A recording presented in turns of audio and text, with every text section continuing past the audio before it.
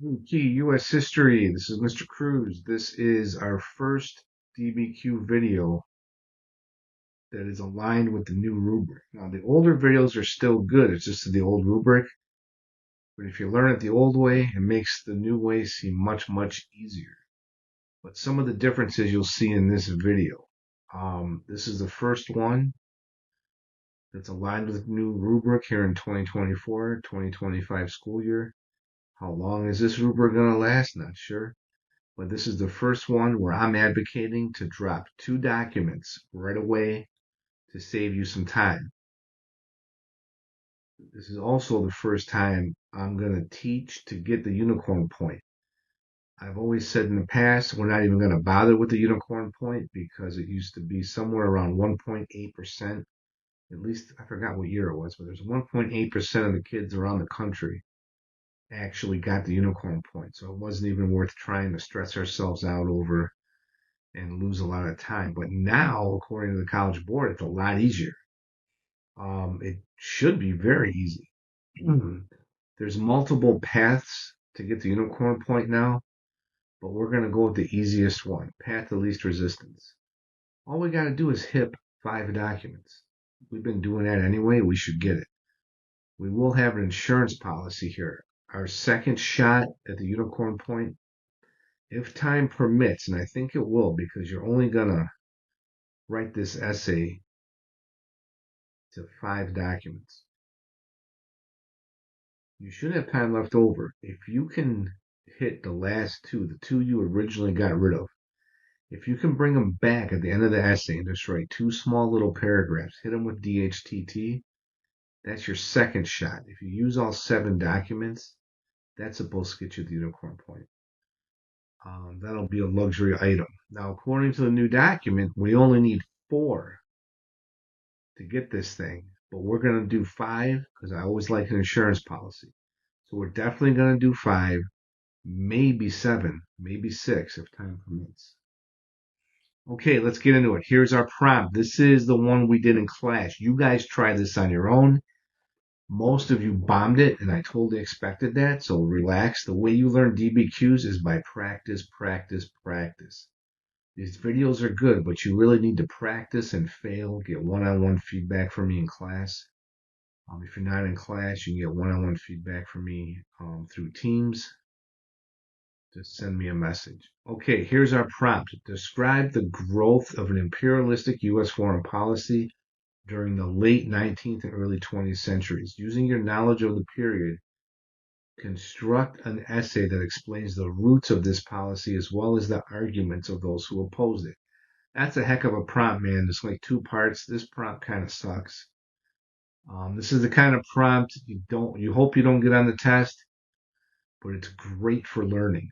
For U.S. history or contextualization, we're going to go back 25 to 100 years. World history, you go back further. But U.S. history, especially if it's in the first unit, you're not going to go back too far. If you notice, I always have the prompt. You don't want to get away from the prompt. So have your DBQ step-by-step guide that I made you. Please have it next to you. Always, always, always when you're doing a DBQ. Also have the hip sheet next to you. Have those both here for this video as well. If you don't have the hard copies on you, you can go on Schoology and get them. I'll also, when I upload this video to YouTube, I will attach the hip sheet and my step-by-step guide under the YouTube video. I think I can do that. I'm going to try. Okay. So you're going to read each document once. You're going to underline what you need. We don't want to reread the documents. Big mistake. The first time I went to my training session, I found myself rereading the documents. As I was doing it, I knew it was a mistake. I knew I was wasting time. And I said, I'm not doing this again. So underline what you need and just what you need. You're going to dump 2 documents immediately. It's the first time I'm advocating for that. The rubric from the College Board wants a minimum of 4 to get all the points. We are going to do a minimum of 5 just so we have 1 for insurance. Here's our first document. You notice I always got the prompt up here. Don't get away from the prompt. When you're doing a DBQ, have the prompt in front of you at all times because it's very easy to go off on a tangent, especially under a timer, and you get away from the prompt. You don't want to do that. So here I am underlining what I think I'll need. I don't even need all of this. I just need one little thing from each document. I should be good. One or two is plenty. Um, with the documents, a lot of kids freak out. Say you look at this document, Vladimir Lenin. Okay, I haven't taught you this yet. You should know who he is. But let's say you have no idea. Say it just says whatever, Eddie Spaghetti. Like, who the heck's Eddie Spaghetti? It doesn't matter. It doesn't matter who he is. You're good. The document's giving you what you need. Don't freak out when you don't know something in the document. You don't have to know who the person is. You don't have to know everything that's in the document. You're just trying to get one or two things that you can use. Think about it when you guys cheat in your classes and you go to Wikipedia and you copy and paste something. You don't turn it in exactly the way it is on Wikipedia or whatever your source is that you're plagiarizing, right? You change it up a little bit. You use the little bit that you need. You change it up so it sounds like it's your own words. You hope you don't get caught. You're kind of doing that here, except it's not cheating. These documents are like Wikipedia and you're using them. You're like, oh man, I don't really know anything about this.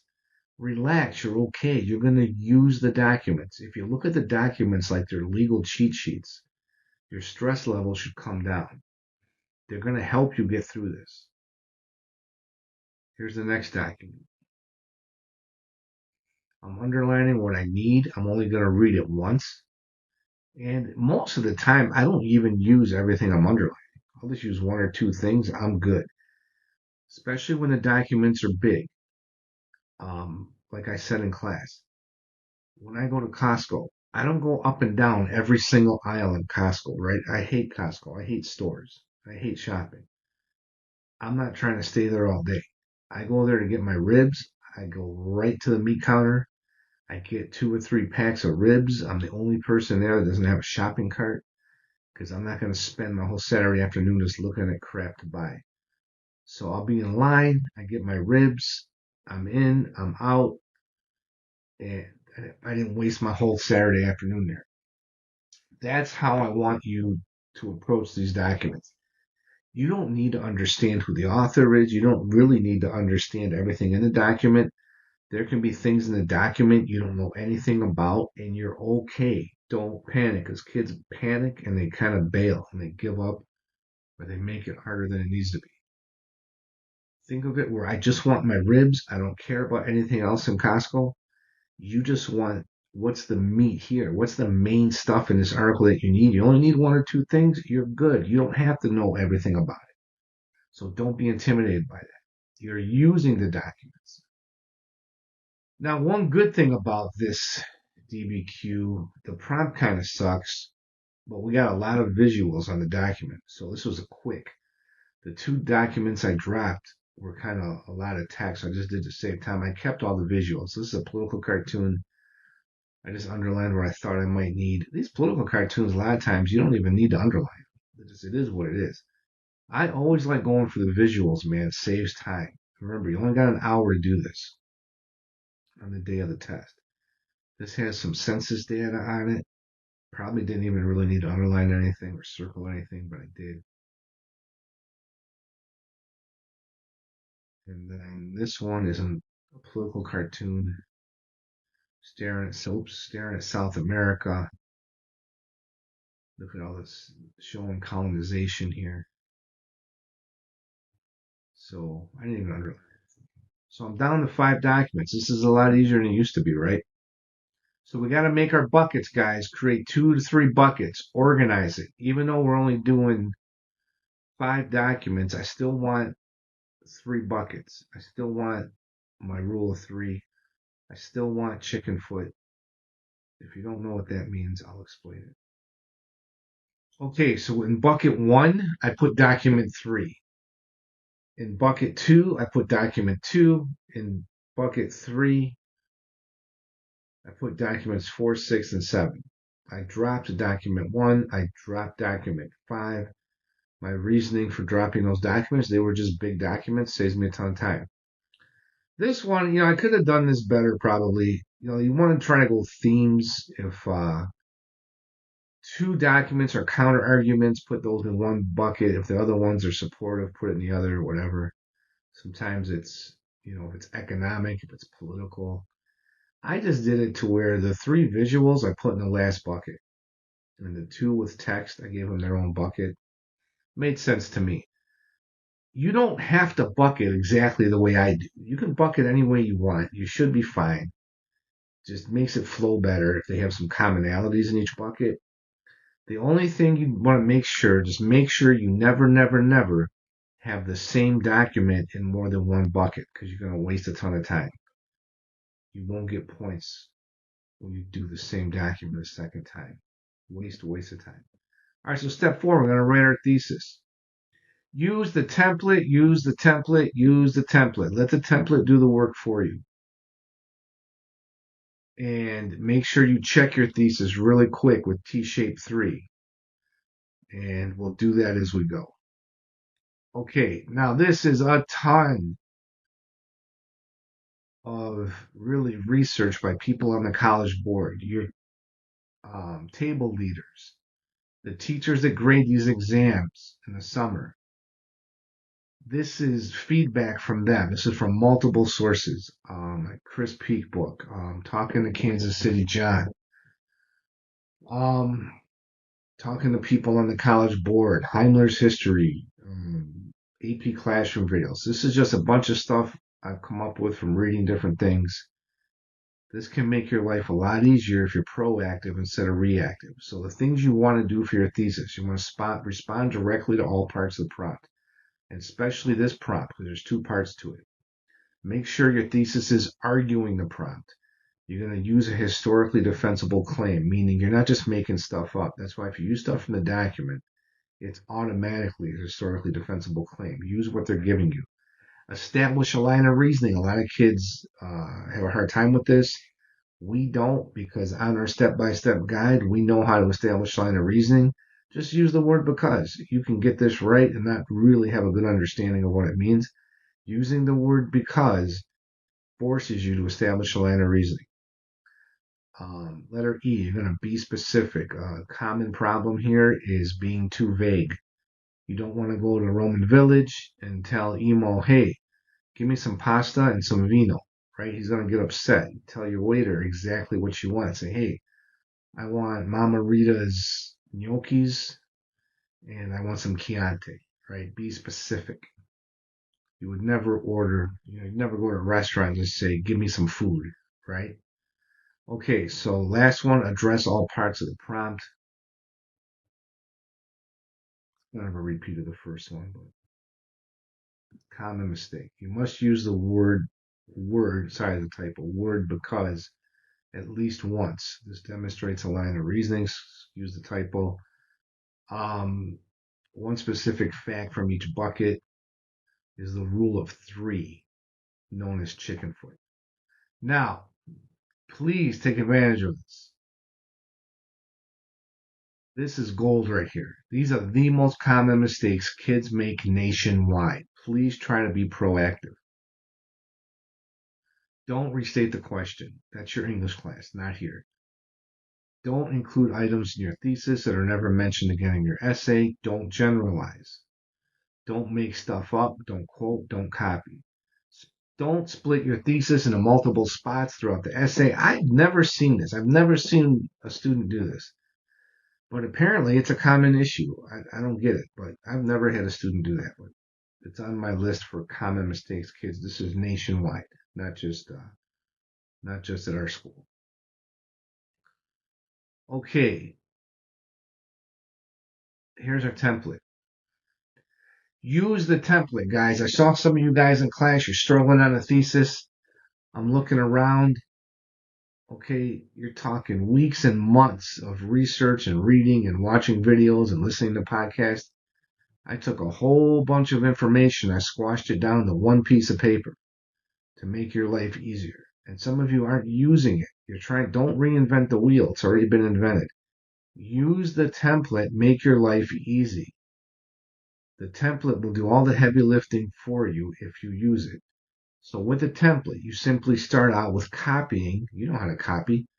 Copy specific historical examples such as, just copy it down. Specific historical examples such as, this shows your reader, hey man, I'm not being vague, I'm being specific. So right away, your reader's going to like that. So you copy this down. Now go to the next step, rule of three. One thing from each bucket. Not one thing from every document, one thing from every bucket.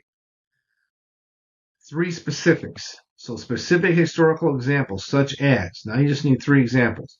The evacuation of the territory of the Mexican Republic by the forces of the U.S. That came out of bucket one. I put B1 in parentheses. The annexation of the Philippines. That came from bucket two. And Hawaii. That came from bucket three. So that's my chicken foot. You don't have to know anything about anything. Let's say you never knew the U.S. and Mexico had a war. I mean, I hope you know that, but let's say you didn't. It doesn't matter. You can still do this. You're just lifting it from the document. Let's say you never knew the U.S. annexed the Philippines. It's okay. You don't have to know that. You just scammed it from the document. It's like you're plagiarizing. It's like you're cheating. You're just lifting stuff off the document. And Hawaii. I mean, I think you know that, but just pretend you never heard of Hawaii. You're still good. You're just lifting it off the document. If you use the template and use the document, you can do this and you don't know anything about anything and you're still good. You don't have to be a history nerd to do this. You don't have to be an old history teacher like me to be able to do this. You can do this if you let the document and you let the template do the work for you. You're just plugging in. Okay, now I just copy, proves that. You know how to copy, right? Proves that. What does it prove? Now, think in class, I like the way Kenya did it. I'm calling this the Kenya rule. After proves that, you take your stand. What's your stand? Use language directly from the prompt. This way, you're showing your reader that it's definitely connected to the prompt. You're not going off on some tangent. Proves that. What do these things prove? It proves that the growth of an imperialistic U.S. foreign policy came once Spain was kicked out of the Western Hemisphere. Well, why am I talking about imperialistic U.S. foreign policy? Because it's right here in the prompt. Look at the prompt. Imperialistic U.S. foreign policy. I'm using the prompt, okay? Here I'm using the template, copying. Here I'm using the document for my chicken foot, one thing out of every bucket. Here I'm using the template, copying. Here I'm using the prompt. Every part of this, I got help. I don't have to be an expert, right? I got help on every aspect of this thing. So here, we're doing the Kenya rule. We're using the language in the prompt to do this part. One, it makes it easier for us, but two, it shows our reader that we are definitely addressing the prompt. We're not going off on some tangent. And then we just write the word because. You're copying it from the prompt.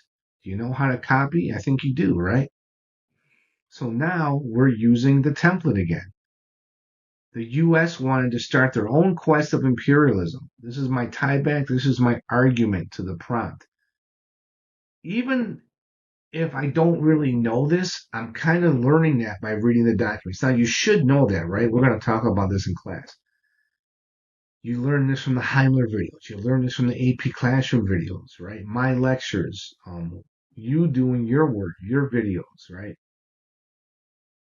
You should know that. But even if you don't, you can kind of infer that just by reading these documents. Now, however, a lot of times I'll say the however's for a counter argument. This used to be something you did for a complex thesis to help you get the impossible unicorn point back when it was impossible almost on the old rubric. So now we don't really have to do that, except this prompt we kind of have to, because this prompt is a two-part prompt. It's asking for, this last part here, as well as the arguments of those who opposed it. So we kind of want to have a counter argument. And it'll give us a complex thesis that looks good. It helps our chances of getting the point. However, world leaders such as Lenin pointed out the hypocrisy of condemning Spain for imperialism just so the US could do it themselves. Now, I know who Lenin is, right? Actually, I got a great biography on Lenin. I think it's by Dmitry Volkanov. I think I got it right here. Let me see. Where is it? Where is that book? Yeah, here it is. All right. Okay, look, here's the book on Lenin. That's Lenin, if you can see that. I read this book. I read this book before you were born. It's a great book. But guess what? I'm thinking you never read it. I'm thinking you're never going to read it. I'm thinking this doesn't interest you. Guess what? You can do the same thing I did there, and you didn't have to read that book. Just use the document. Just use the document. The document tells you what you need to say this. So you didn't have to read this book, right? So if you look at the thesis, every single part of this thesis, you got help if you use it, right? Use the template, it gets you through this part. Use the documents, it gets you through this part. Use the template, copy that, proves that. Use the prompt, right? The Kenya rule, we're using language from the prompt after proves it to help us take our stand. And then I write because, copy from the template. And then this, the US wanted to start their own quest for imperialism. This is stuff I learned in class. And you can kind of infer this just from the documents. And then, however, the counter argument, I just use Lenin's argument from the document. I can do that if I never heard of Lenin in my life, right? If I never heard of V.I. Lenin, I can still do that. So all of this you can do. And then lastly, please make sure always underline your thesis. Underline it with me, underline it the day of the test. Our philosophy is we're going to take the point, we're not going to ask for it. The easier it is for your reader to grade your essay, the better score you're going to have. Let's do their job for them. Let's not make them hunt for that thesis. There it is. We're spelling it out. Use the T-shaped 3 test to check your thesis. Does it take a stand? Yes. Am I specific? Yes. This is why we write specific historical examples, such as, I'm being specific. Is it a historically defensible claim? Yes, because we use stuff from the documents in purple here. Did we answer the prompt? Yes. And because of the Kenya rule, we're using language after proves that to take our stand. Our stand uses language from the prompt. And then did I establish a line of reasoning? I did. Why? Because I used the word because. And did I get my rule of 3? Chicken foot? Yep, it's right here. I got one thing from bucket 1, one thing from bucket 2, one thing from bucket 3. This passes the T-shaped 3 test. And then, of course, I have to underline it, right? You've got to underline it. Okay, hit pause if you have to. Look how I got that.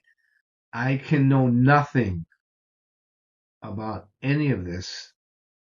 And if I'm using my documents, my template,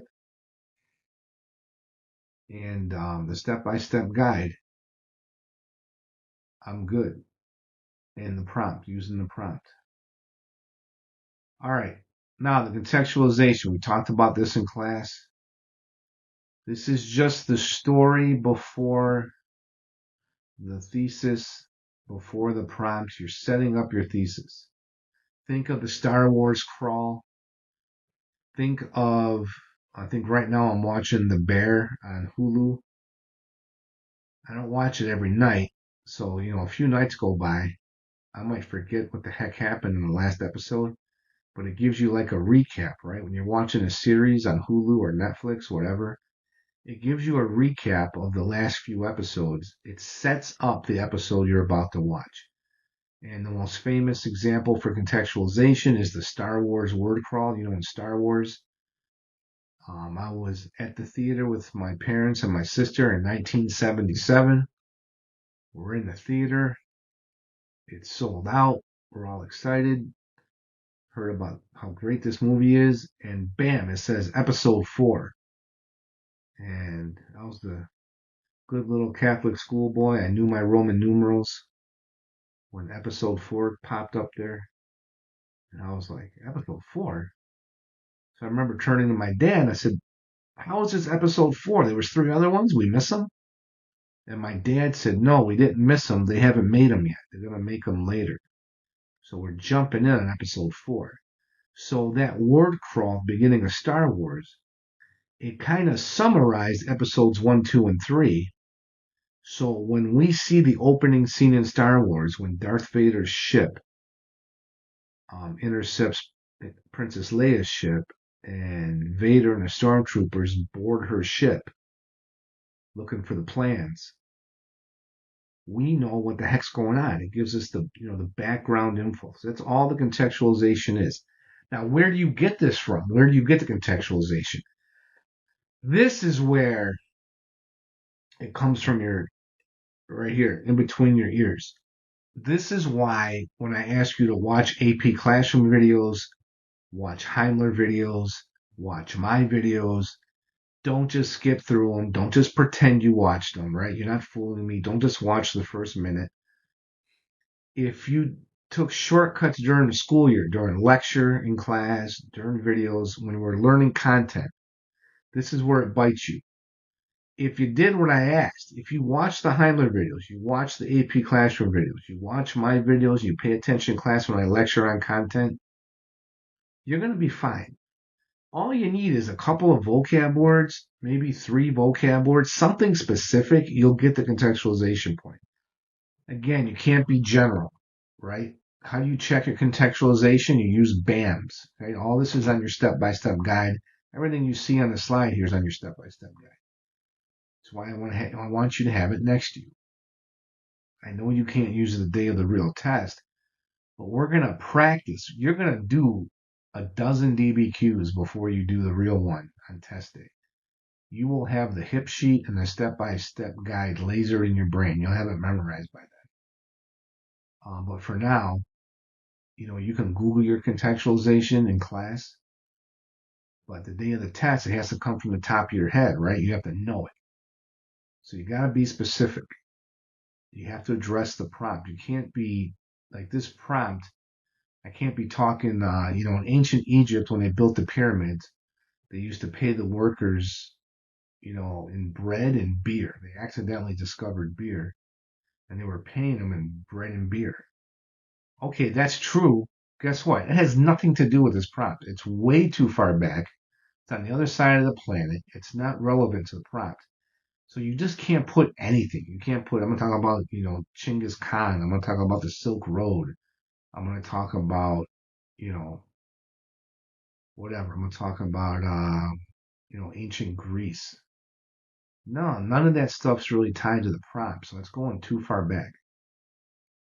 So make sure your contextualization is close enough to the prompt.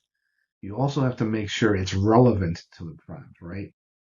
You have to make a connection. So your contextualization should be setting up your thesis. That's BAMS. This isn't that hard if you pay attention during the school year, right? If you're taking shortcuts, this part's very difficult. Okay, there is our prompt. There's my contextualization. During the 19th century, the Louisiana Purchase, very specific, was a huge part of American expansion. Now, if you notice, I don't know the exact date of the Louisiana Purchase. I don't need to. Close enough. I don't even know the exact year, right? I'm the guy teaching the class. Top of my head, I forgot the exact year Louisiana Purchase. Guess what? You're fine. As long as you know it's 19th century. The next step was to get into the colony game and compete with European powers. The irony of a former colony becoming the colonizer did not seem to bother many. In order to compete economically, politically, and from a military standpoint, the U.S. wanted European influence out of the Western Hemisphere. Okay, we're going to learn this when we study Teddy Roosevelt, the Roosevelt culinary, all that stuff. So the U.S. could become the colonizer of their part of the world. The Monroe Doctrine in the early 19th century helped pave the way for American colonization. The U.S. was well on its way to eventually becoming a world superpower. So as of this date, we didn't cover this, but we're going to. I'm going to guess you covered this in other U.S. history classes too and other grades, right? This is not the first time you've heard of the Monroe Doctrine or the Louisiana Purchase. I have enough there where I should get the point. If you look at it, the reason I have those two things in red, those are the very specific things that I'm using. Again, if you're not a history nerd, you're not a history expert, you can still do this. I'm really just kind of taking two vocab words and I'm just stretching them out, right? I'm kind of telling a story around these two vocab words. All I need is two good vocab words and I can fluff up the rest, right? I can build around it and I can build a narrative. I can tell a story. And those are my specifics. So this would get the point. Again, use BAMs really quick to check your contextualization. So that's what we have so far. I like to write my thesis first. I like to leave room on top for the contextualization. Please do it the way I do it for now. Once you get good at this, if you want to start doing contextualization first, you can. But here's my argument. Here's why I always do the thesis first. The contextualization is supposed to set up the thesis. It's a lot harder to set up a thesis that doesn't exist yet, right? You're not really sure what your thesis is going to be. So that could be a problem. If you write your contextualization first, you could end up then doing your thesis and then going, oh my God, you know what? This contextualization doesn't really fit. Then you got to go back and do it over again, kill that one, make another one. I'm not trying to do all that.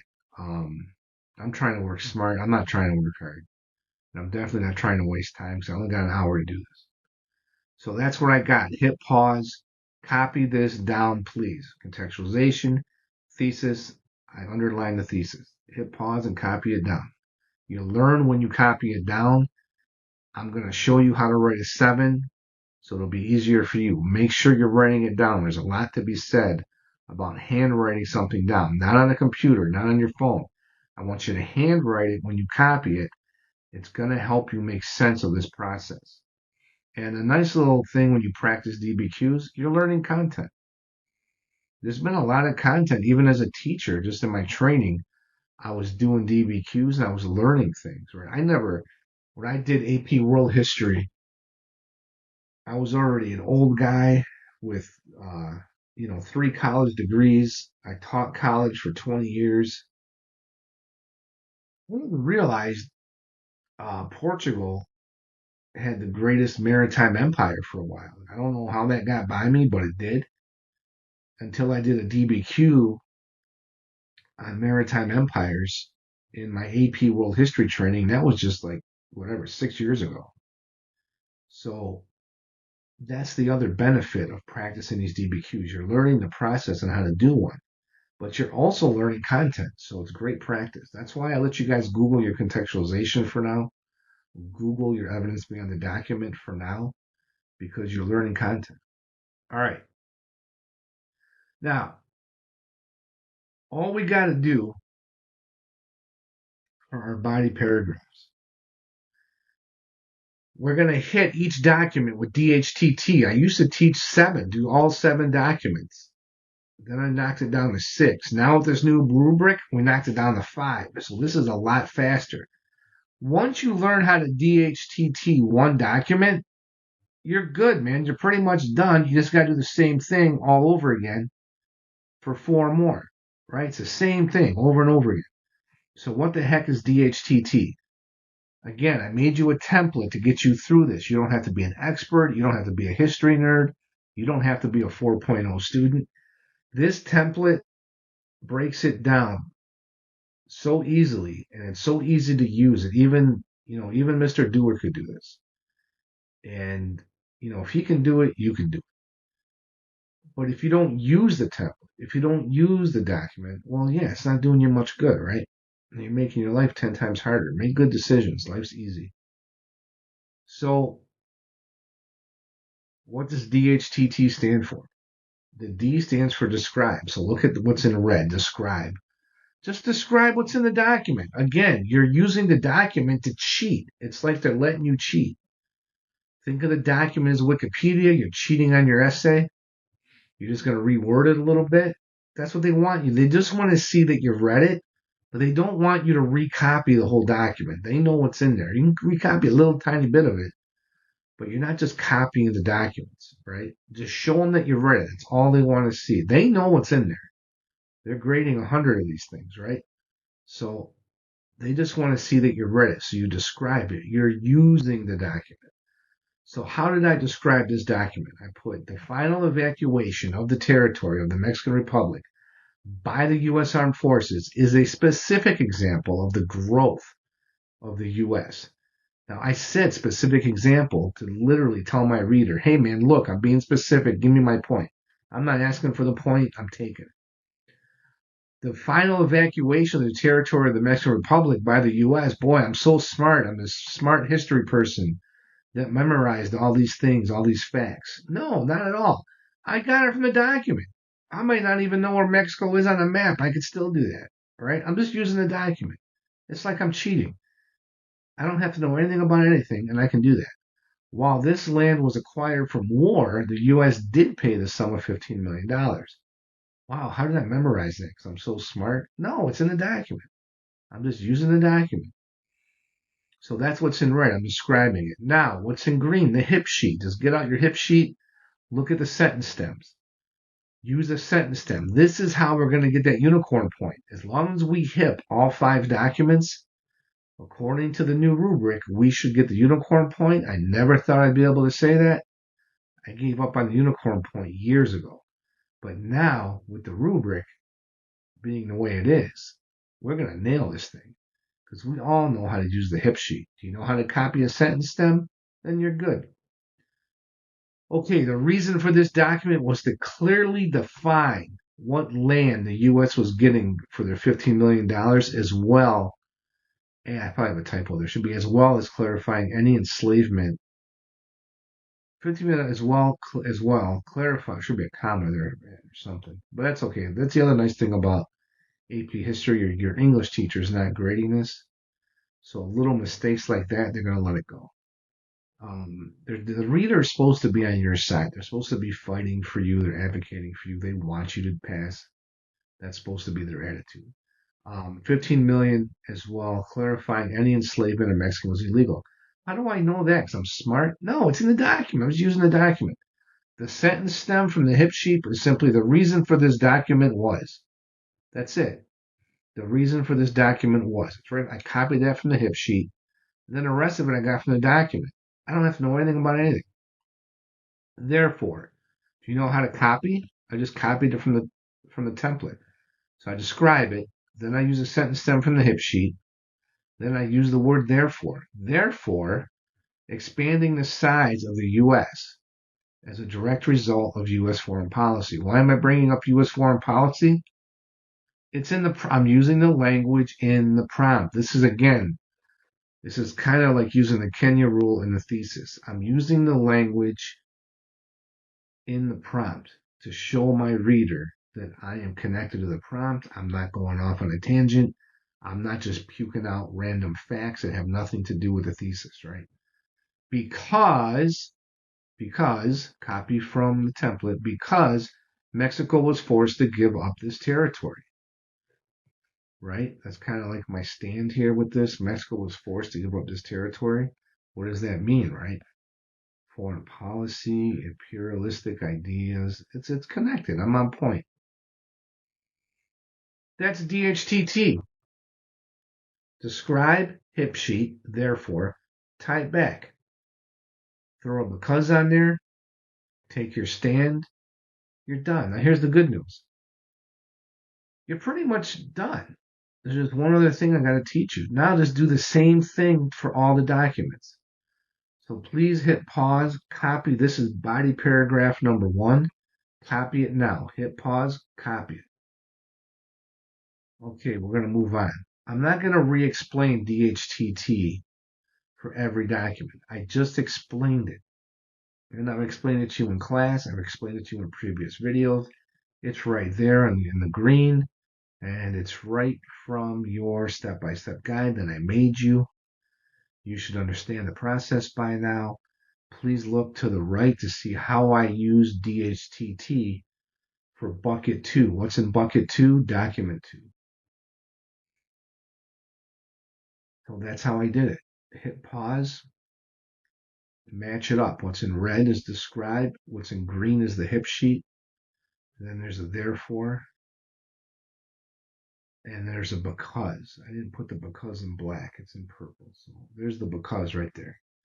So I am following the template. It's the same thing. Hit pause, copy that down. As you copy it down, you're going to learn it. Okay, there's a lot to be said about handwriting something.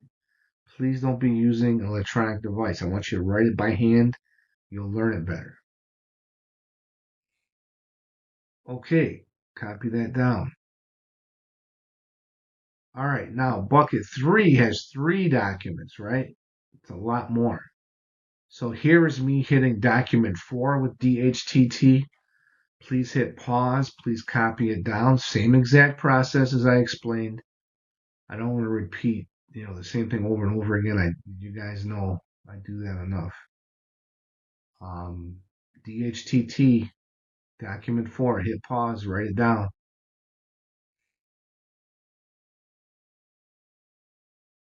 Okay, now here we are. We're going to DHTT document 6, hit pause, write it down.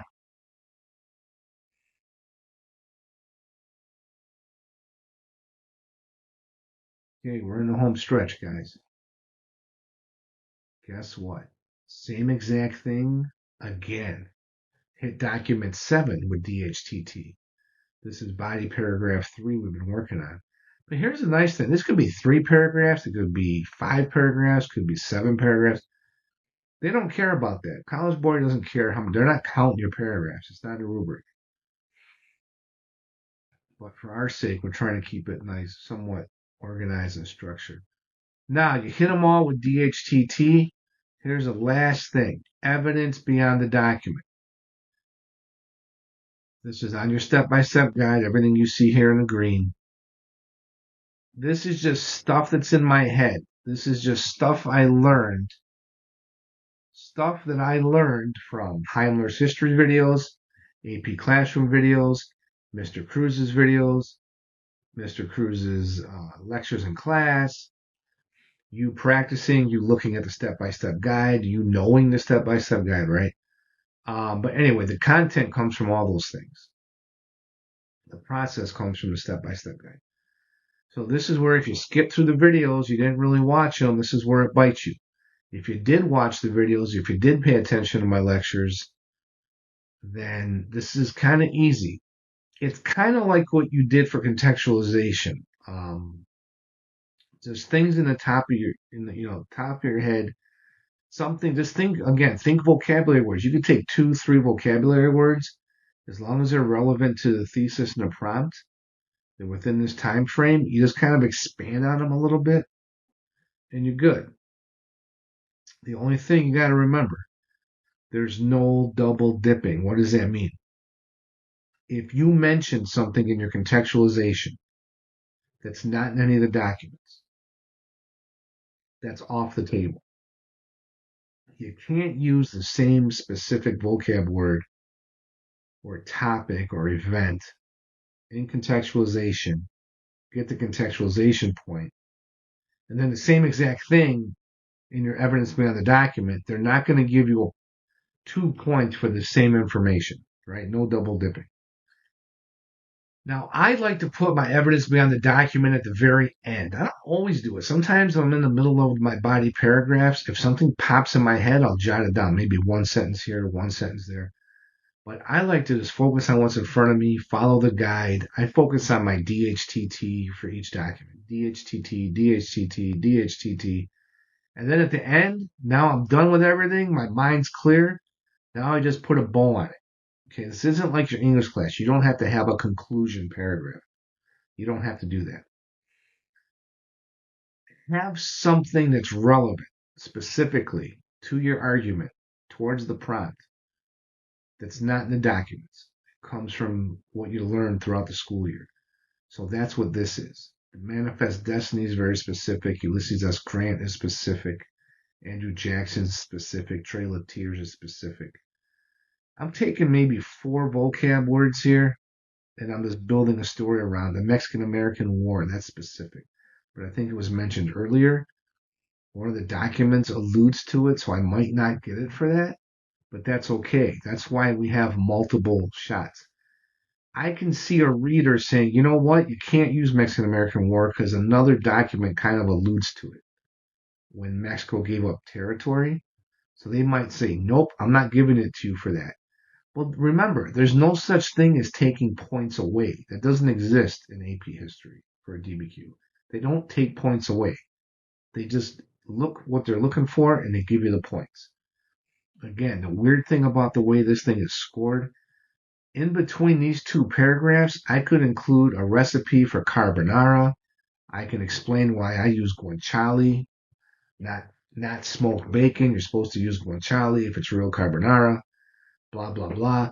Has nothing to do with any of this stuff. The reader's going to think I'm a weirdo, but it wouldn't affect my grade at all. They're just going to ignore it. They're not going to take points off. They're not going to be like, this idiot put a recipe for carbonara. They're just not going to do anything. They're going to read it and wonder why you put it there, but it doesn't affect your score. There's no such thing as taking points off.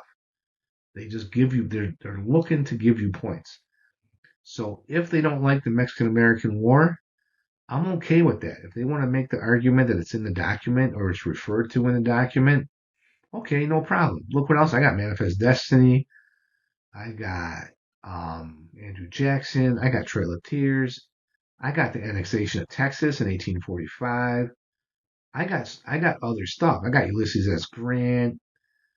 That's why we have a shotgun blast mentality and not a sniper rifle. If we only had the Mexican-American War as our specific, we're taking a huge chance that they don't give us the point for that because it's referred to in one of the documents. Now we just lost that point.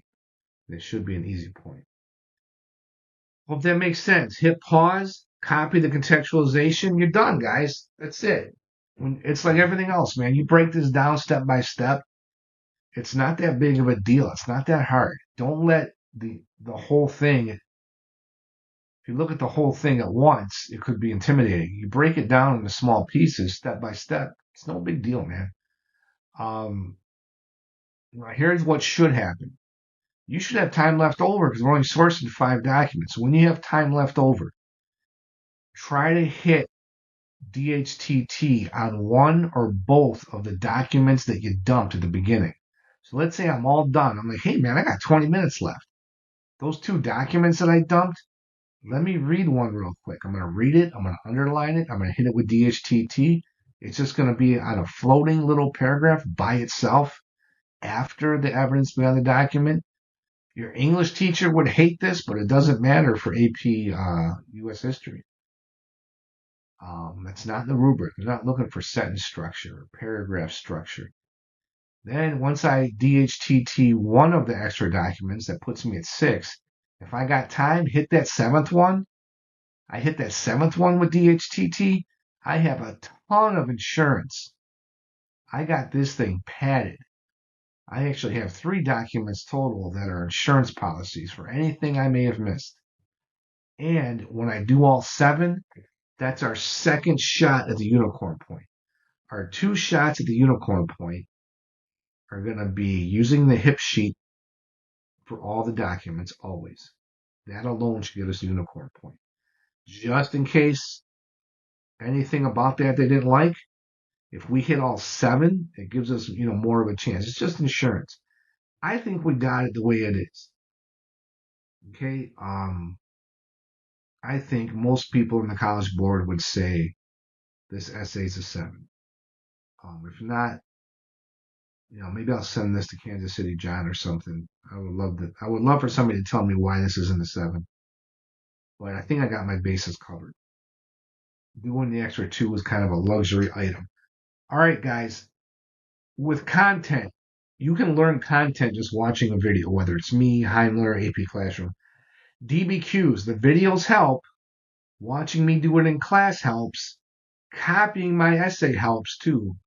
But nothing is going to get you to understand DBQs like you doing them yourself. And you just got to practice. You got to make a bunch of mistakes. The only way to write a good DBQ is to write a lot of bad ones first. That's true with most things in life. You want to get good at something, you got to screw up and make mistakes, and you got to learn from your mistakes, right? So practice, practice, practice. That's how you're going to get these.